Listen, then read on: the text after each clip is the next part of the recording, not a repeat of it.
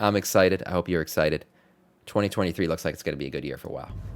We now know what 2023 has in store for WoW because of the roadmap. What's almost more important, though, is the contrast between this and the past, and how it seems we'll have an even more aggressive patch cycle than Legion, but one that will in fact not involve a content drop. Oh, speaking of shit, you know what? It's about time, I think. It's about time to start the first giveaway today. Yeah, there it is. First giveaway today is going to be 2 boxes. 2 people will win this. I will ship it to you.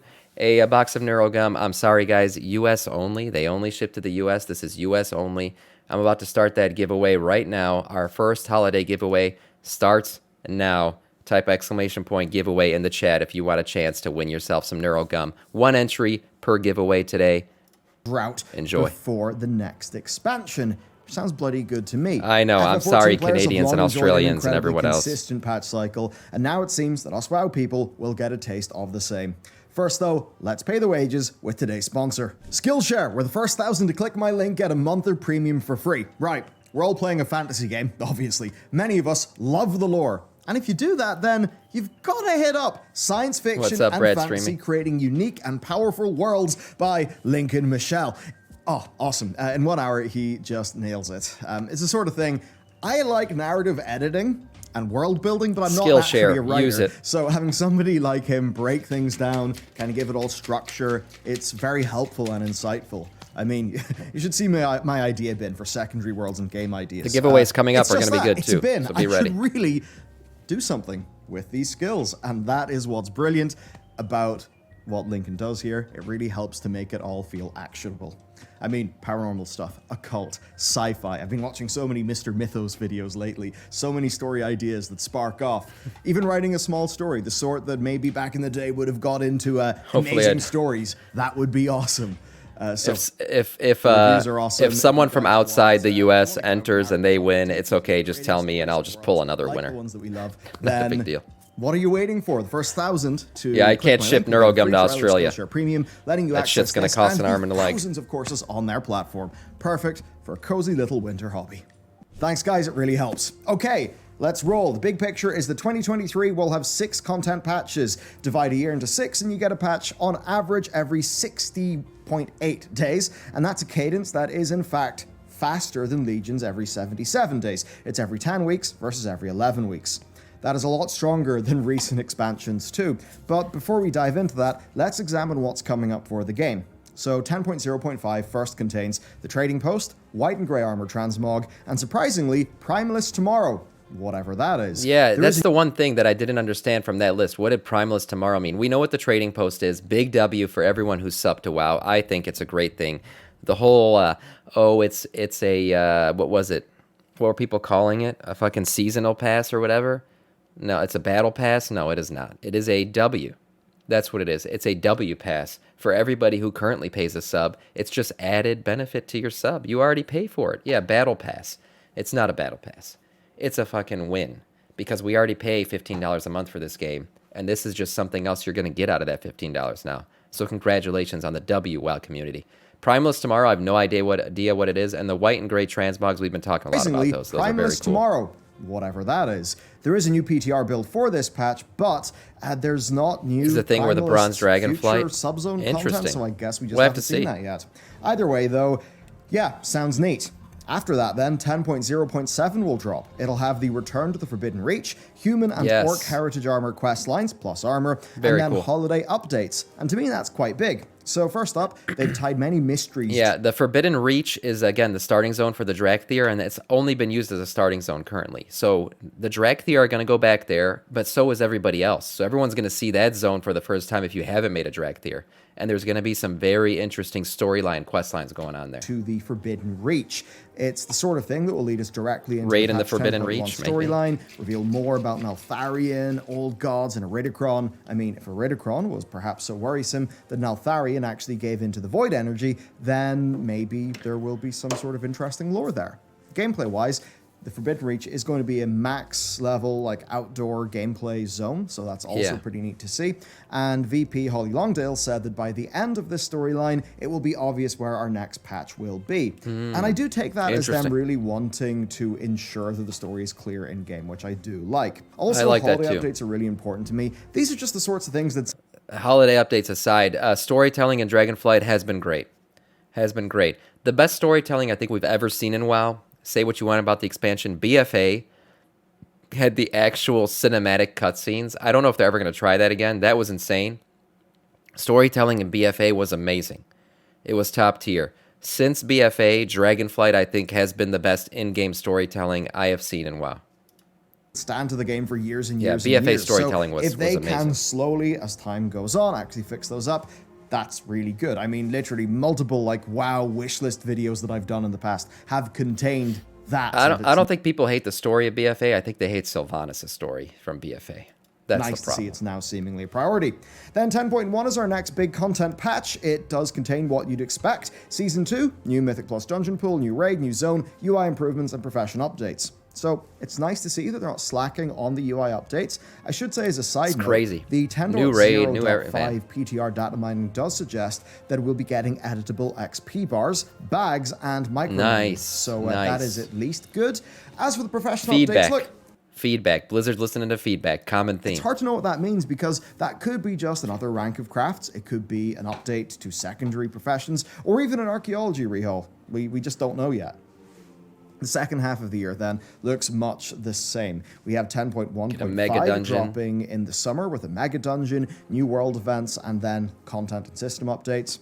In interviews, they have alluded to archaeology being revamped and also a new Mage Tower-like feature coming in this expansion. Very cool. And I think as we go through this roadmap, you can see that there are obviously loads of opportunities and spaces for content like that to be slotted in. Between Mage Tower stuff and, the Greys and Transmog, I think Blizzard has realized how important Transmog is to players. We love Transmog because, let's be honest, character customization in WoW, unless you're making a Drakthir, is shit. It is shit. So the best way to express yourself in terms of how your character looks is Transmog. Transmog is key to self-expression in WoW, and it's fun as hell to hunt down. So I think Blizzard's really gone all in on Transmog. 10.1.7 then looks similar enough too, dropping in the autumn with story and quest updates, another holiday refresh, so I would posit likely for Hallow's End through to at least Winter's Veil, so that those feel up to date. Yeah, that'll probably be Halloween time. Then, of course, more content and system updates, with finally patch 10.2 hitting in the winter with a new zone, new raid, new M+ dungeon pool, and additional content 2 new raids features. next year. Now, a new M+ dungeon pool, that's kind of interesting because the whole split between 4 new dungeons and 4 old dungeons for Season 1 and 2 has been to keep Dragonflight's seasons feeling new, with an entirely new dungeon pool. But by the time 10.2 comes out, you'll have the all second rotation of the Dragonflight dungeons will have been used. Right. Now, I know that, of course, the Mega Dungeon will be split into 2 for Mythic Plus, but what then, I guess? I mean, I don't know. Will the Mega Dungeon be so big it'll actually have room for 4 dungeons for M+? Who the hell knows, basically.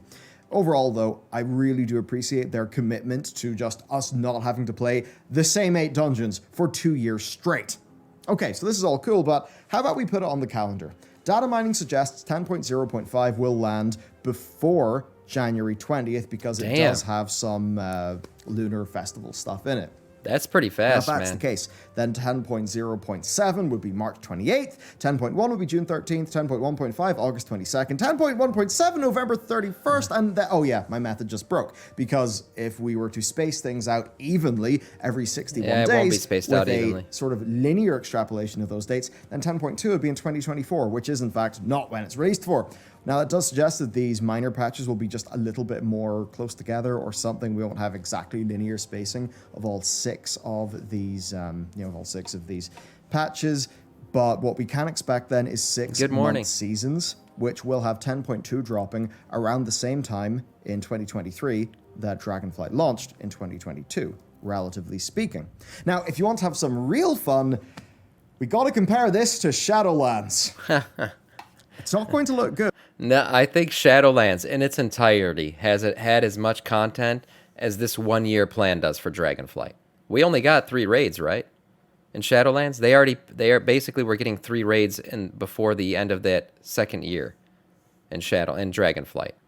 In Shadowlands, I think we got 3. We got Castle Nathria, we got Sanctum of Domination Sex Dungeon, and yeah, we got Sepulchre of the First Ones. 3 fucking raids.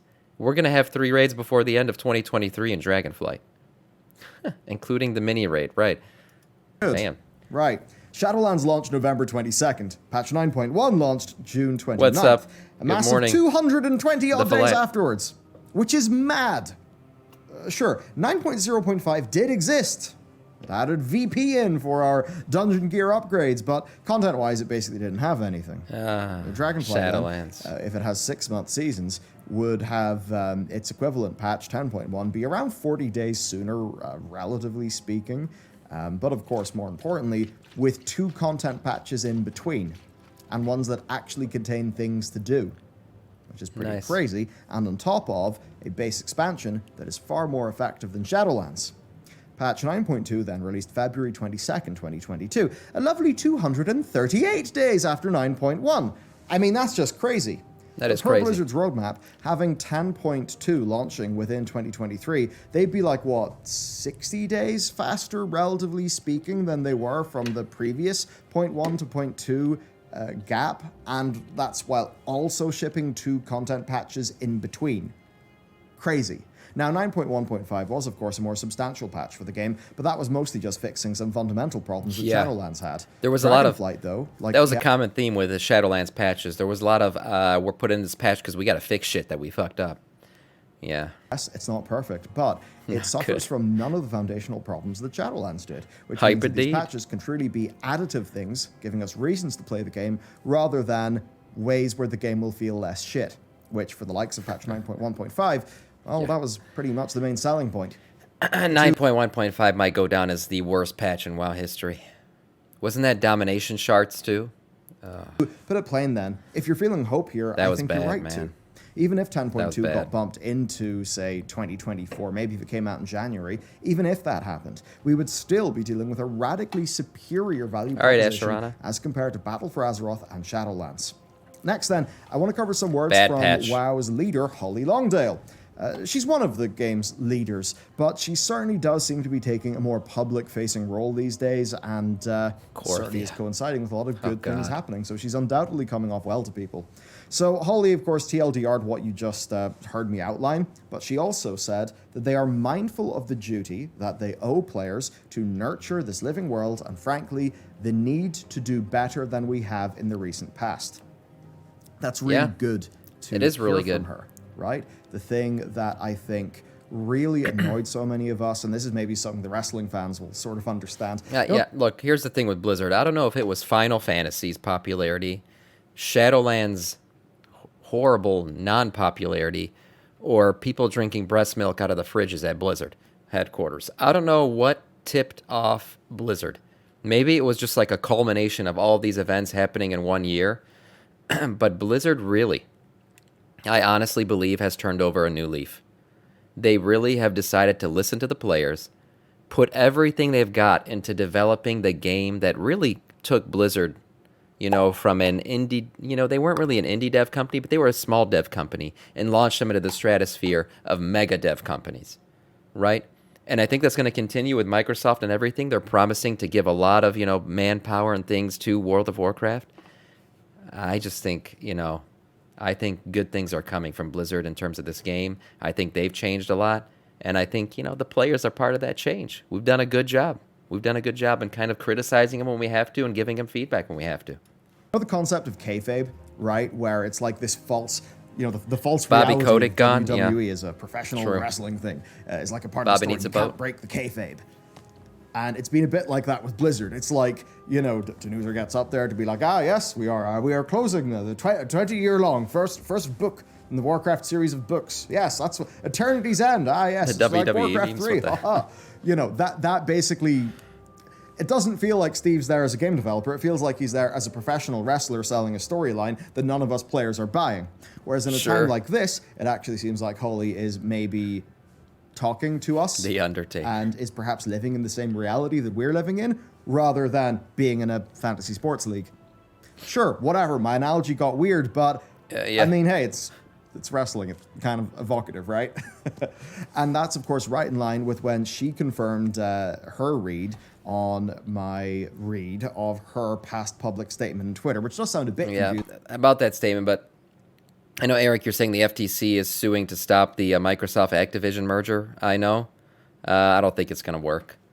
I don't think it's going to work. After Microsoft and Activision merge, it's not a monopoly. They will still not even be the biggest company when it comes to gaming.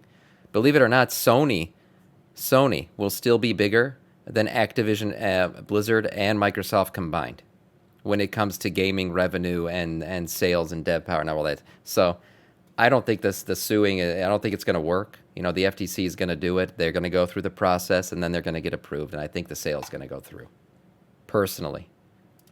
But Sony's basically, massive. somebody Yeah, tried to call they her are. bullshit. I said, well, this is what I think she's saying. And she replied to that saying, yep, that is what I'm saying. I will take the lawyer's word on She that said one. This, Yeah. but, you got the point. Yeah. Don't worry about it. FTC's just, they're just sugarcoated. They're doing their part. They want to make it seem, it's job justification. That's what the FTC is doing. Just making sure that they don't make it too easy for Microsoft and Blizzard. Obviously, hearing is one thing, action is another thing. But I do think that commitment to action with deliverables and deadlines is, and in between, that is important. Now, they do give the disclaimer here that things will evolve based on feedback. Holly said that herself, and the times and dates may change. Obviously, I think we do understand and expect that that sort of thing can happen because software development is a nightmare. But I think what many people need to see, though, is that Blizzard have a plan. We'd obviously know they have a plan, but the notion that they would have a plan and not feel confident to actually talk about that plan That's makes us the thing. feel that they don't feel confident in their plan. Not only do they have a plan, the big difference this year is they are telling us their plan. Blizzard has never been like this. They've always been very cagey and we're not going to talk about it. We're not going to say anything until it's time. Blizzard just laid out the entire year for us. So they have a plan and they're telling us the plan. That's a huge difference from, Blizzard of the past. That would make us not feel confident in their game. That is something that's happened extensively over the past 4 years. Now, many people will need to see these patches actually land to believe. You're right, Shemdell. They may But I be think forced to just knowing diversify what some of Blizzard is the thinking is Blizzard going to be enough for many, Blizzard especially for Activision somebody assets like me, who pretty much to kind of loved shrink what they the shipped power with of the merger. Dragonflight. And because I really love what they've shipped with Dragonflight, I'm now feeling far more willing to give them the benefit of the doubt and to think, okay, they're actually going to back up their words. Because in recent times, they actually do have a good track record of backing up their words. And that's nice. True. Here's another quote from Holly. I don't want to spoil everything, and I'm confident there are at least a couple of surprises coming along the way that no one is expecting. Surprises are some great. Some of the details simply aren't decided yet because your feedback will help shape exactly what we prioritize. We've been getting a lot of surprises. Now, A when she lot of said that, surprises in game, whether it's like a random mount or some feature that nobody was expecting. Blizzard's been doing a great job of giving us little surprises, and those are awesome. I love them. Gives you a sense of adventure and discovery in the game. Right. The idea that there's things that we maybe are not expecting, because there's two things I'm expecting. And in fairness, it's because they've led me to expect those things. One of them is the archaeology revamp. The other one, of course, is a Mage Tower-like experience. These have both been heavily alluded Twitch to. drops was great. I totally agree. That was an awesome thing Normal content from patches, Blizzard. more stuff like that is really good. And given that the game is expanding on a more evergreen basis, I'm just more interested to see what a content patch could be, because now I'm getting the feeling that a content patch isn't going to be something that will be immediately thrown into the bin when the next content patch comes around. How many of you were playing Korthia when Zereth Mortis came out? Probably not that many, and ouch for those of you who did, but hey, I get it, we've got to get those mogs. When I think about this overall then, looking at what they've announced, so we've got the trading post. That is obviously a form of a retention mechanic, but for most players of the game, it will mean they'll have a few more things to do in a month, and they'll be able to get some cool rewards that they'll like within that month. We then see a pretty decent set of holiday updates. So that's all evergreen stuff, along with the UI updates and the professional updates. All of this makes me think, right, not only are they continuing to build Dragonflight, but they're also continuing to build World of Warcraft. That's what I needed to see. Overall then, I think Holly's doing great. It's obviously not all her, But it does seem that maybe she's taking more of a role. They actually did a leadership reshuffle on WoW and Warcraft, and perhaps it's one of those things where people were perhaps just spread too thin. So whatever's happened, maybe it's been good there. Another thing for me then is stability. It's what I like to think about, and there's a very useful yet unfortunate and a tad depressing real-life analogy here, and that is the idea of there being a recession, right? Yeah. So the recession does happen for like lots of obviously very true, you know, hard sciencey reasons. Look, guys, whatever next year brings, I'm gonna try to be here streaming. Everybody gets affected by a recession, whether you be just a journeyman worker, you're a doctor or a lawyer. I don't know what next year is gonna bring. Hopefully 2023 is okay. But yeah, this is certainly something that I think about. We all think about. It is what it is. But we'll be here streaming, getting through it together. But another thing that can exacerbate or kind of like help bring on a recession is that everybody gets the idea that a recession. My wife is a worrier, and like, she worries about this stuff all the time. I shouldn't be silly with my money. And then people stop spending.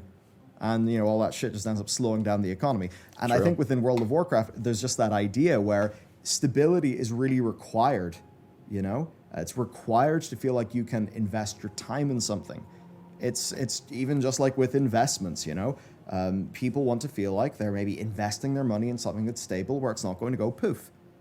And that does apply to any sort of investment, be it an investment in money in a company, an investment in time in growing a skill, or an investment in playing a video game, right? A lot of people, especially in the modern day, where often we pick a handful of big games that we put a lot of time into, and then we just enjoy some other games in between that. People want to feel, if they're going to put their time into World of Warcraft, that it's not going to be an enduring shit show. Yeah. Right? Yep. And I think something like this... That's part of what I was talking about with raid difficulty. You don't want raid to feel like a shit show. You want to feel like your time is being put in towards progress in the raid. And that's why I feel like the difficulty balance is right now.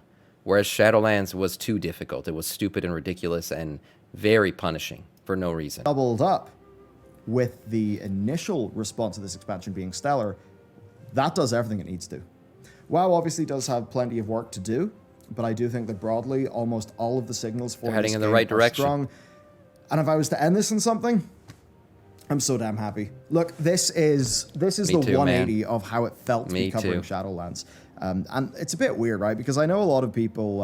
It's almost. This is so cringy. I'm so sorry, but I'm going to lean into the cringe, right? The narrative of the Primal Incarnates is that they do have legitimate philosophical disagreements with our dragon people, but that Eridicron was just like, no, I disagree with you, but also, hey, this fighting's really cool. Actually, I'm not driven by my disagreements much anymore. I'm just driven by war. Oh my God, this is so embarrassing. But I think what happened, though, is over the last 4 years, a lot of us who used to love World of Warcraft, you know, your love gets transmuted into something else, right? The idea, you know, oh, I love the game, and that's why I'm criticizing it. I'm really pissed off that the game's like this. I still love Warcraft. Sure. I want it to be good. Why do they keep on making these silly decisions? And you would hope then that when the silly decisions stop being made and the good things start to happen, that you're like, okay, Bellular's great. It feels like I love the game and I don't have to complain about it, you know, all the time. And I feel like it's going to go in a good place. But I do feel like what kind of happened for a lot of people is that love for the game. And, you know, initially really being like, oh, I love the game, I want it to be better, Azerite. I think that is now, and hey, we were all there. I think for a lot of people, though, that's turned into, you know, calling the end of WoW and ripping them to shreds. Yeah, and, I'm not one of those whatever, guys. Good faith or bad faith. You guys know me. Just whatever. I admit, I'm a crack addict for WoW. I have a drug addiction to WoW. I will play WoW whether it's good or bad, and I will never call for the end of WoW because that's depressing as fuck to even think about that. I will not put that out there. So I'm not one of those guys. I'm also, sometimes I feel like it's cool to be negative. You know, it's cool to be a dick about the game you play. I'm not one of those guys either. I like WoW. I play it. Clearly I like it. If I'm playing it, I wouldn't be playing it if I didn't like it. So I'm hard on WoW with certain things, but for the most part, I'm a softie when it comes to this game, and I just want to see it do good. You know, that's turned into a blood sport. Where exactly, that's you're not the enjoying it, just unsub and come back when you think it's going to be fun again. About, rather than a situation where I think for a lot of us, the fact is we've always loved Warcraft, There's been times we've fallen out of love and we've been very angry at the game itself, but it's always been rooted in a very strong desire for it to come back and be strong so that we can have similar experiences to the ones we had when we were maybe a bit younger. Yeah. And that's what I would say. I'm having Very true. Been playing since I was 15. This game is a mess. It's been part of my life longer than my own spouse has been part of my life. Longer than my children have been part of my life. World of Warcraft is part of me.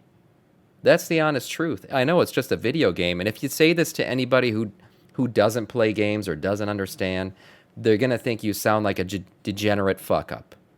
But that's the honest truth. I made friends in this game. I have IRL life friends who started playing this game because I convinced them to back in high school. They are the people that I'm still closest to because they still play this game. This game is, I don't know. I get all fucking nostalgic and shit about it, but the honest truth is, it's part of my life. It's more than just a game to me. It's my escape at times. It's my safe place at times. It's my happy place at times. Yeah, there's plenty of stuff going on in my life that I love too. My kids, again, my wife. I can't wait to go on vacation. We're going on vacation in January. Can't wait to do that. I don't need to be here playing all the time to be happy. But man, it's good to know that no matter how old I get, or young I was, or what's going on, I'm in law school, I'm streaming, I'm working. WoW is always there. WoW is always there. And I hope it always is, to be completely honest with you. So, there's my little Similar spiel. experience. I'm playing the game, not exactly how I used to play it. It fills a Welcome different to role Pug in my Bellular. life, but it is a broadly analogous experience to when I was playing WoW and really having a fantastic time. And that makes me really Whenever happy. you I've started, got it doesn't what I want matter. Back. I think a lot of people are Fact getting is, what you're they still want playing. back. And when we look at all the little quest lines, holiday updates, world content updates, things that seem to fall outside of M+ and Raid, that seems really nice for really a large number of people. So honestly, this flat out could save WoW. 6 patches in a year that are all content instead of, 9.0.5, which barely Awesome. counts, and It's awesome. 9.1.5, which is a, oh dear, we fucked up, we need to undo our fuck-ups patch. Yeah, that's night and day. I've always tried to This call has been a things very as good I see them. expansion. That's Very why good. So I've far. torn them to shreds. I'm going to continue to call things as I see them, and when I do that right now, I'm saying that I see stuff that looks fantastic, and I think it's brilliant. That's how it is. I'm always going to try to stay real with you. So here's to, I suppose, World of Warcraft having a very successful, content-rich 2023. Yes, cheers to WoW. It makes me feel more Cheers to excited 2023. for the future. And, I mean, just, man, broadly pretty damn happy. Pretty damn happy. And also pretty happy that I can really spend a lot of time in the game, a lot of time in my character, and where I won't have to just, Very get true, burnt out of the Condi. game or be like, okay, this is fun for a month and I'll have nothing to do. Why do I even bother doing this when I could just play other games instead? So this is fantastic news. This is one of the things that they needed to save the game, and they're seemingly doing it. We'll have to see if they deliver and everything, but man, Yeah, times are looking better. I agree. Let me know what you think. I'll see you next time. Another killer video from Bellular. I mean, what else do you expect? The man fucking knocks it out of the park every time. So true on many of the things he said. WoW is in a great place. I think it's heading in the right direction, and I can't wait to see what this year brings in terms of the expansion.